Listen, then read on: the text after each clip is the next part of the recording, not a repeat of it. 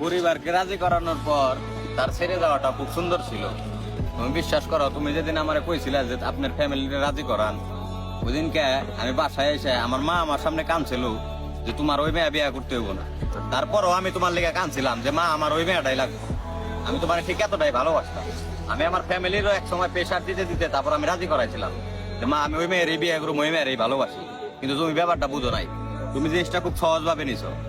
মানে এই পরিস্থিতির শিকার যে ব্যক্তি না হয়েছে কোনোদিনই বুঝবে না যে নিজের বাবা মা যারা জন্ম দিচ্ছে হ্যাগো সামনে কান্নাকাটি করা একটা মেয়ের লিগে হ্যাগো কাছে যে কতটা কষ্টের, মানে যে পরিস্থিতির শিকার না হয়েছে কোনোদিনই বুঝবে না। এই পরিস্থিতির শিকারটা আমি করছিলাম। তারপরে হয়তো মানে তখন আমি ব্যাপারটা বুঝি নাই, তখন আমি তোমার খুব ভালোবাসতাম। কিন্তু আজকে কিন্তু আমি সঠিক লাইনে আছি। আজকে কিন্তু আমার ভিতরে শক্ত হয়ে গেছে, সয়ে গেছে। তুমি যে আমার আঘাত করছো, আঘাত করতে করতে মনে করো শক্ত করে ফেলাইছো। তোমার ছেড়ে যাওয়াটা বা চলে যাওয়াটা আমি কখনোই মানতে পারছিলাম না। তখন মনে করো তুমি মানে আমার এমন ভাবে চলে গেল, আমার বন্ধু বান্ধব ভাই বেড়াদার আমার ফ্যামিলি আমার সবার কাছে মনে করো তুমি আমার নিচা করে হয়ে গেলা।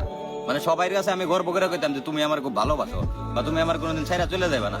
কিন্তু আজকে কিন্তু মনে করো যে আমি সবার কাছে নিচে। মনে করো আমার মাও আমার একদিন প্রশ্ন করেছিল, কিরে যার লিগে মনে কর যে তুই আমার সামনে কানলি যে ওই মেয়ে তোরে ভালোবাসে, ওই মেয়েরই তোর লাগবো, ওই মেয়ে তো তোর ছেড়ে চলে গেল। এই কথার উত্তর আমি আজ পর্যন্ত দিতে পারি নাই। সব মিলে মনে করো এখন আমি টোটালি মানে চেষ্টা করি যে আমার বাপ মায়ের ভালো রাখুম বা বাপ মার খুশির লিগে আমি সব করুম। তার